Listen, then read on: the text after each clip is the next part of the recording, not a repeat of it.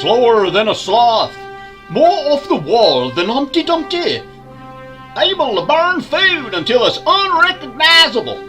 It's a master griller. It's a master chef. Hell no, it's DaBomb Smokes. Hello everyone, this is Dave from DaBomb Smokes. Now it has just come to my attention that yes I, have been challenged by Cooking with Webby to make a rib glaze. I've never been challenged before, but I accept your challenge, Mr. Webby, and you know why?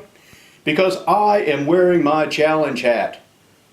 Because it looks cool, and I believe I look cool in it. So, if you'll also notice, I'm not wearing sunglasses because I want to look you right in the eye to tell you that I'm accepting your challenge. So, Mr. Webby, I'm not sure what I'm going to do, but I'll come up with something. So, this is just a short video. I'm going to make another video of it.